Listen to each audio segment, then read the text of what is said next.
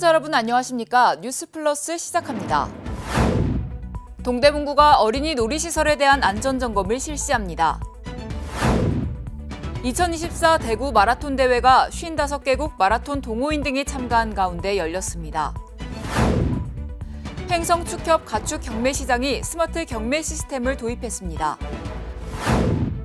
충북도가 대한민국 국가브랜드 대상 시상식 브랜드 슬로건 부문에서 대상을 수상했습니다. 여수시가 2024 여수 관광설명회를 진행했습니다. 중앙공원 1지구와 우남 3단지 등 광주에서 주목받고 있는 프리미엄 아파트 단지의 분양이 이번 달 이어질 예정입니다. 동산 경기 침체 속의 흥행 보증 키워드로 불리는 프리미엄 아파트 분양에 성패해 귀추가 주목되고 있습니다. 이른 아침부터 분양아파트 견본주택 앞에 대기줄이 길게 늘어섰습니다. 롯데건설은 오는 16일부터 18일까지 광주중앙공원 1지구 아파트 청약에 앞서 견본주택을 개관했습니다.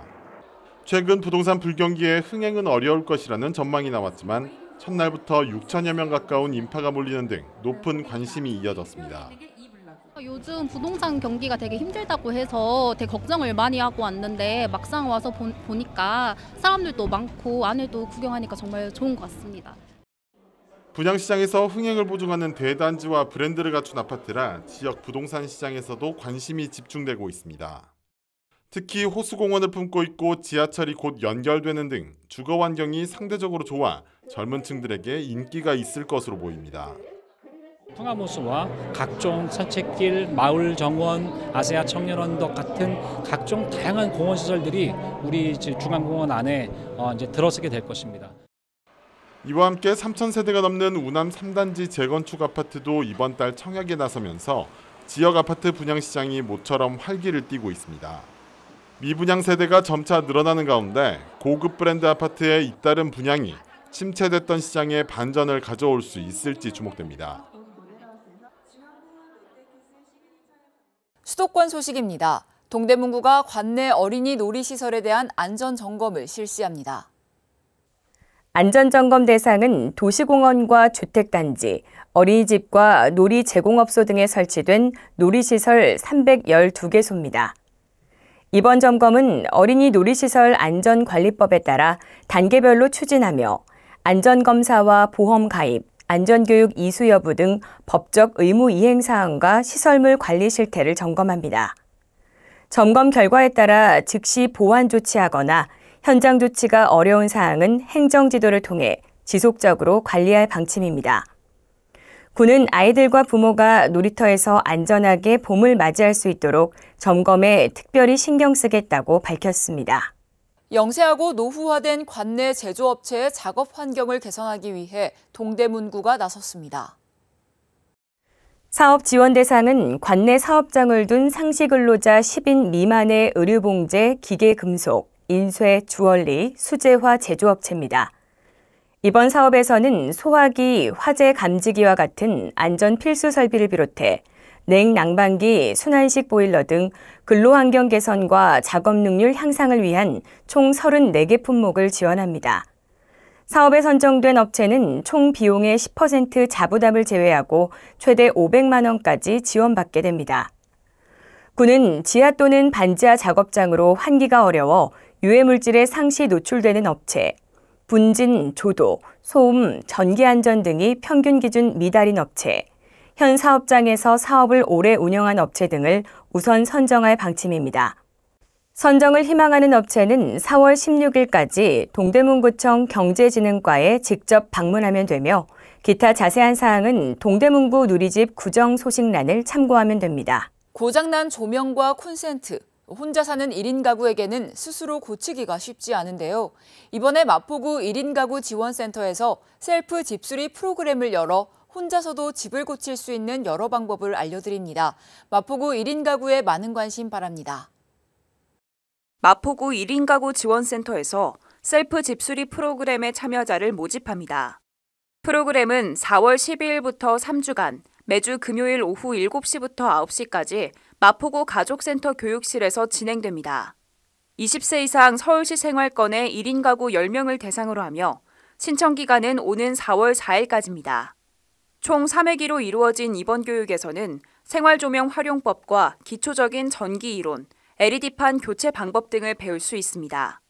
자세한 사항은 마포구청 누리집을 참고하시기 바랍니다. 당인리 화력발전소는 우리나라 최초의 발전시설로 매우 큰 역사적 가치를 가지고 있는 곳인데요. 마포구가 이곳의 폐설비를 활용해 이른바 문화창작발전소로 탈바꿈합니다. 이로써 한강과 접해 있는 당인동과 합정동 및 홍대 일대까지 복합 예술벨트를 확대하게 됩니다. 마포구가 당인리 화력발전소의 폐설비를 전시실과 공연장 등을 갖춘 당인리 문화창작발전소로 탈바꿈해 2026년 개관합니다. 지하 2층, 지상 6층 규모의 문화창작발전소는 문화시설뿐만 아니라 한국 최초 화력발전소의 역사를 생생하게 느낄 수 있는 전시 공간으로도 활용됩니다. 또한 오는 2024년 말 당인동에 주민 편익시설을 건립해 한강 자연 경관과 다양한 문화생활을 누릴 수 있도록 할 예정입니다. 구는 한강이 길게 접한 당인동과 합정동 하늘길 및 홍대 관광특구 일대를 연계해 보다 더 넓은 관광벨트를 구축할 계획입니다. 광역시 소식입니다. 2024 대구 마라톤 대회가 세계 17개국 엘리트 선수들과 55개국 마라톤 동호인 등이 참가한 가운데 열렸습니다. 2년 연속 골드라벨 대회로 진행된 대구 마라톤 대회가 세계 17개국 160명의 엘리트 선수들과 55개국 2만 8천여 명의 마라톤 동호인 등이 참가한 가운데 지난 7일 대구 스타디움에서 열렸습니다. 이번 대회는 세계 정상급 선수 등 총 160명의 엘리트 선수들이 출전해 세계 최고의 우승 상금을 놓고 경쟁을 펼쳤습니다. 대구시가 동절기 석 달간 휴장했던 서문 칠성 야시장을 시설 환경 개선 등을 거쳐 지난 5일 재개장했습니다. 개장일에는 언더그라운드 밴드와 지역 인디밴드들의 인디락, 캐리커처 체험, 뮤지컬 음악 공연, 지역 뮤지션들의 포크송 공연 등이 진행됐습니다. 서문 야시장은 27명, 칠성 야시장은 14명의 신규 셀러를 선발해 시민들과 관광객들의 입맛을 사로잡을 특색 있고 독창적인 메뉴를 개장일부터 선보였습니다. 올해부터 서문 야시장은 지난해와 동일하게 12월까지 금, 토, 일요일 주 3일을 운영하지만 칠성 야시장은 지난해 운영 실적 등을 검토해 화요일과 수요일을 제외한 주 5일 운영할 계획입니다. 이어서 강원도 소식입니다. 횡성군은 도내 최대 규모의 독립 만세운동이 일어난 애국의 고장인데요. 4월 1일 횡성군 보훈공원에서 순국 선열들의 숭고한 애국정신을 기리기 위해 제105주년 4.1 횡성군민 만세운동 기념식이 열렸습니다. 이날 기념식에서는 애국지사 유족을 초청해 군민에게 소개하는 한편 105년 전 횡성의 얼을 함께 기억하기 위해 헌화와 분향, 4.1 횡성군민 만세운동 약사 설명, 선언문 낭독 등을 진행했습니다.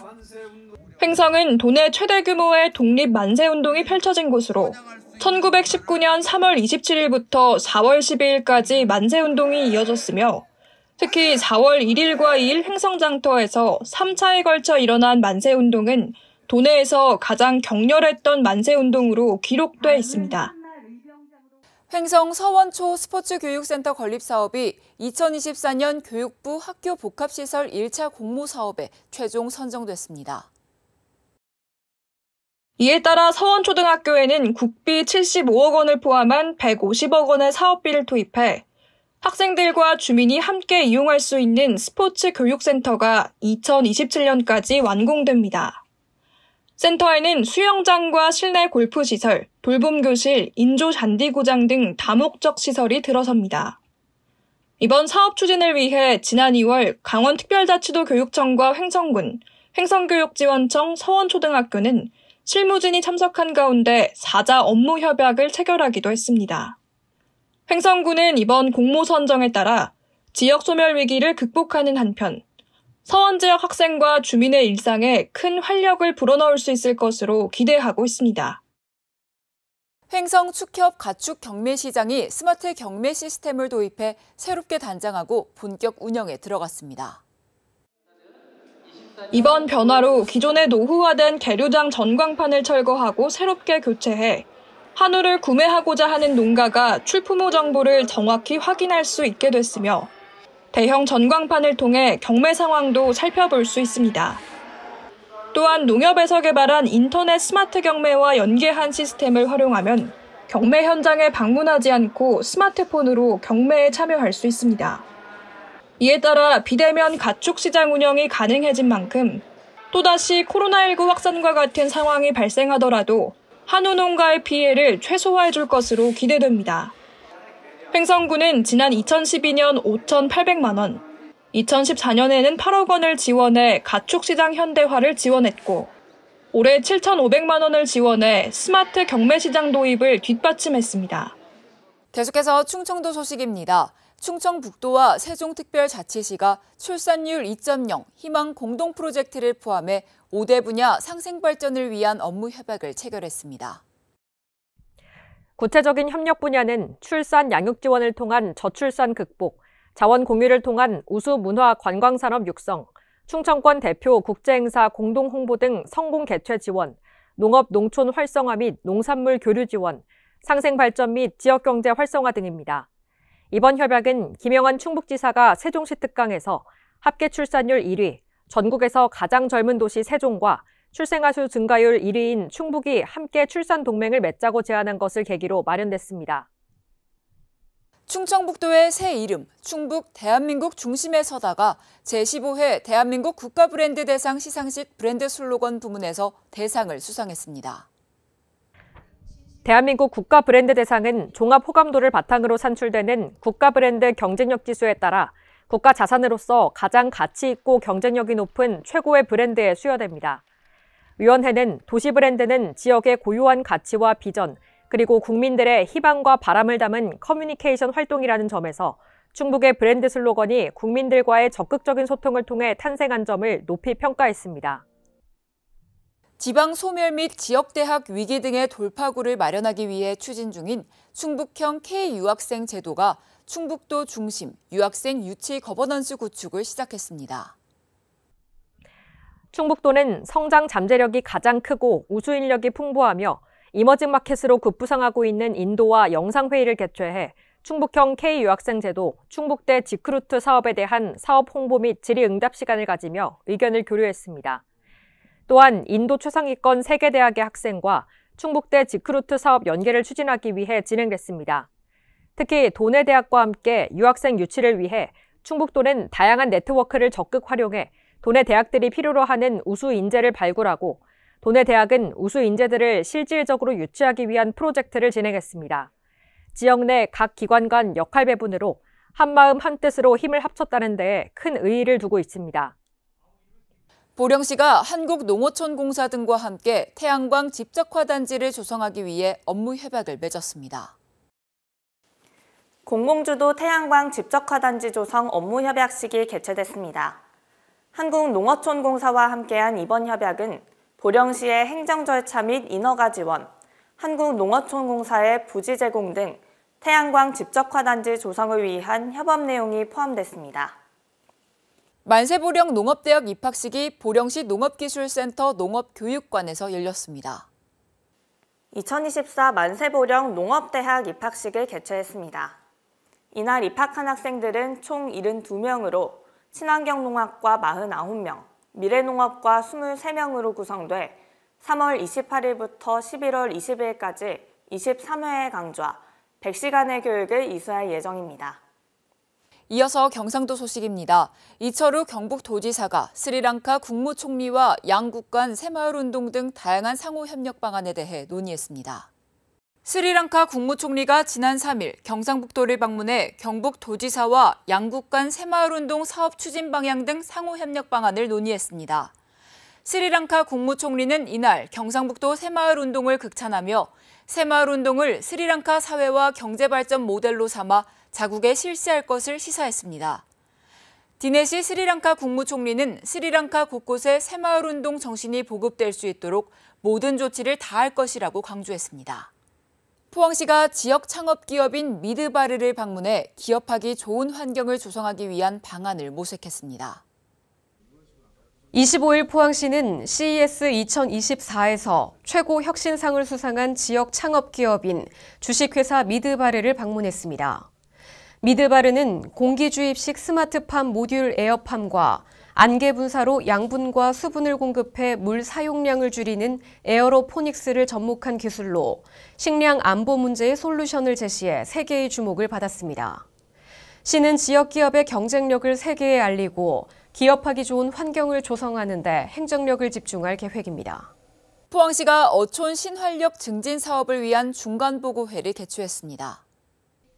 포항시는 26일 해양수산부 주관 공모사업에 선정된 어촌 신활력 증진 사업에 포항시 구평리항, 이가리항의 기본계획 수립 용역 중간보고회를 가졌습니다. 이날 보고회에서는 사업 대상지 분석 및 사업계획 등 전반적인 사업 추진 현황 보고와 질의응답, 토론이 이어졌습니다. 이어서 광주 전남 소식입니다. 지난 2008년 시작된 신안 튤립 축제에는 해마다 10만 명의 관광객이 찾아오고 있습니다. 대파 가격 폭락으로 대체 작물을 심었던 게 계기가 됐습니다. 아름다운 자태를 뽐내는 튤립 축제에 얽힌 사연을 소개해드립니다. 국내에서 가장 긴 12km의 백사장을 끼고 조성된 신안 임자 튤립공원. 10만 제곱미터의 꽃밭에서 형형색색의 튤립이 탐스럽게 피어오르기 시작했습니다. 30여 종의 튤립 100만 송이가 뽐내는 화사하고 우아한 자태에 관람객들의 탄성이 연신 이어집니다. 얘기만 이렇게 듣고 왔는데도 보니까 그때 눈으로 보니까 더 좋은 것 같고 아주 좋아요. 만족합니다. 개막식이라 일부러 맞춰서 오긴 했는데 생각보다 규모도 너무 크고 꽃이 너무 다양해서 솔직히 생각보다 훨씬 예쁘고 꽃향기도 좋고 정말 너무 기분도 좋아요. 튤립 축제는 지난 2008년 가격이 폭락한 대파밭을 갈아엎고 주민들이 대체 작목으로 튤립을 심으면서 시작됐습니다. 하지만 주민들의 참여는 오래 가지 못했습니다. 대파값이 오름세를 보이자 튤립 재배지는 대파밭으로 바뀌었고 재배 면적은 처음에 비해 40%가량 줄었습니다. 하지만 튤립 축제가 전국적으로 유명세를 얻으면서 신안군과 주민들은 협력해 축제를 계속 열고 있습니다. 튤립 관리와 축제 운영은 신안군이 맡고 관광객 안내와 질서 유지는 주민들이 힘쓰고 있습니다. 전 한 12년도 그때 지나면서부터는 대파 가격이 상당히 상승하고 또 튤립이 생산에서부터 좋은 다시 심기까지 상당한 좀 기술이 필요합니다. 그래서 이제 주민들이 많이 이제 좀 대파로 돌아서고 지금 현재는 우리 군 자체적으로 이렇게 가꾸고 있습니다. 이제 막히면 이렇게 돌아가신 분들도 많았는데 그 막힌 부분이 이제 그 지도읍 쪽이거든요. 그래서 올해는 이제 신안경찰서에서 그런 관리를 철저히 하도록 했고요. 승마하기 좋은 대강해수욕장과 드넓은 모래 해변을 품고 있는 신안 임자도. 이곳에서 열리는 튤립 축제가 중단 위기를 넘어서 공무원과 주민들의 협력으로 명성을 이어오고 있습니다. 광주에서도 전공의 집단 이탈 장기화로 과중한 업무를 떠하는 전문의들의 피로도가 갈수록 심해지고 있습니다. 응급실 운영에도 차질이 빚어지고 있어 응급 환자가 발생하면 적절한 대응이 쉽지 않습니다. 이런 상황을 예방하기 위해 광주시와 상급 종합병원들이 핫라인을 구축했습니다. 7주째 전공의들의 빈자리를 메우는 병원 의료진의 피로감이 커지고 있습니다. 특히 응급의학 등 일부 교수들은 36시간 연속 근무를 이어가면서 몸도 마음도 지쳐가고 있습니다. 응급실에서 당직을 설 수 있는 의사 수가 줄면서 전문의들의 근무 횟수는 계속 늘어나고 있는 겁니다. 이 때문에 전국에서 응급실 내 의료진 부족으로 환자를 다른 곳으로 이송한 사례가 전공의 파업 전보다 2배가량 늘었습니다. 응급환자 대응에 위기감이 커지자 광주시는 소방본부, 대학병원 등과 핫라인을 구축해 만일의 상황을 대비하고 있습니다. 혹시라도 그날 이렇게 배우 교수님 안 계신다, 그리고 못 받는다, 이렇게 할 수가 있잖아요. 그때 저희한테 연락을 하고 바로 우리는 부원장이 바로 그 밑에 필요한 교수 섭외해가지고 바로 투입할 수 있도록. 실시간으로 응급실 당직 의사, 환자 이송 현황 등을 확인 공유해 응급환자가 제때 치료받을 수 있게 협력하기로 했습니다. 핫라인 구축으로 응급환자 치료에 대한 급한 불을 껐지만 의정 갈등이 지속되는 한 미봉책이라는 의견도 나오고 있습니다. 외국인 계절 근로자 없이는 농사일을 꾸려가기 힘든 게 우리 농촌의 현실입니다. 그만큼 외국인 계절 근로자의 중요성이 커지고 있는데요. 이들에 대한 처우는 아직 많이 미흡합니다. 외국인 계절 근로자를 고용해야 하는 농민들은 해마다 숙련된 일손을 배정받는 한 보장이 없다며 고충을 토로합니다. 최장 8개월 일을 하고 난 뒤 본국으로 출국해야만 이듬해 다시 입국할 수 있는 제도 때문입니다.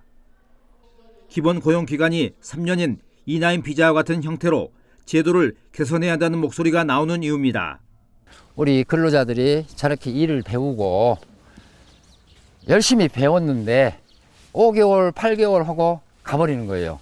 이민자 가족이기 때문에 가능하고 MOU 체결해서 한 사람들은 그 불특정 다수의 사람들한테 얼굴도 모르고 대부분의 농가에서 원하는 시기에 원하는 인력을 배정받기가 쉽지 않습니다. 최근 필리핀에서 근로자 송출을 잠정 중단한 것처럼 돌발 상황이 발생하면 대체 인력을 확보할 길도 막막합니다. 한 8개 국가하고 MOU를 체결을 해가지고 들어오고 있거든요. 필리핀뿐만 아니라 베트남 또 이제 최근에 라오스에서 많이 들어오고 있고요. 몽골도 이제 나주에서 최근에 들어왔습니다. 이제 이분들뿐만 아니라 더 이제 여러 스리랑카라던가 이런 탓에 외국인 계절 근로자들이 안정적으로 일할 수 있는 여건을 만들기 위해 다각적인 노력과 대책이 마련되고 있습니다. 한평군은 외국인 근로자들이 편히 쉴 수 있도록 12실 규모의 숙소를 처음으로 마련했고 앞으로 3곳이 준공을 앞두고 있습니다. 그런 문제를 보완하기 위해서 한평군에서는 권역별로 4개소에 대해서 외국인 근로자 숙소를 건립을 지금 추진하고 있고요. 작년에 올해 하면 1개소는 완공을 해서 지금 운영 중에 있고 전라남도도 올해 안에 해남과 담양, 영암, 무안 등 4개소에 기숙사를 준공할 예정입니다. 또한 산재보험 혜택을 받기 어려운 경우 의료비를 지원하고 농가의 재입국 추천을 받으면 항공비 일부를 지원하는 방안도 검토하고 있습니다. 농촌 일손 부족이 커지면서 갈수록 수요가 늘고 있는 외국인 계절 근로자. 처우 개선뿐만 아니라 우리와 더불어 사는 이웃으로 생각하는 문화적 공감이 더욱 절실해지고 있습니다. 여수시와 여수시 관광협의회가 경기도 수원에서 2024 여수관광설명회를 개최했습니다. 여수시는 서울과 경기권 여행사, 유관기관 등 총 130여 명을 초청해 시의 관광자원과 관광 콘텐츠를 홍보했습니다. 이날 행사에서는 여수 지역 숙박 관광시설 11개 업체도 현지 여행업체를 상대로 B2B 상담을 진행했으며 경기도 관광협회와 관광 활성화를 위한 업무 협약을 체결했습니다.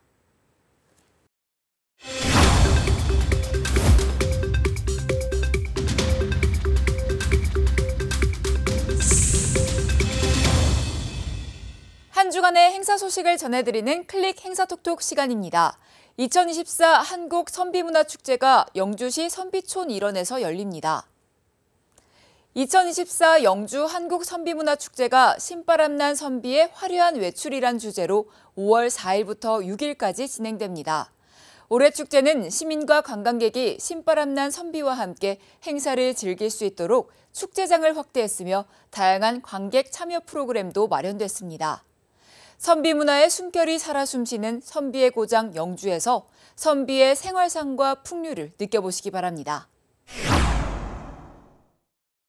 비급여 보고 제도가 이달 15일부터 의원급을 포함한 모든 의료기관에 확대 적용됩니다.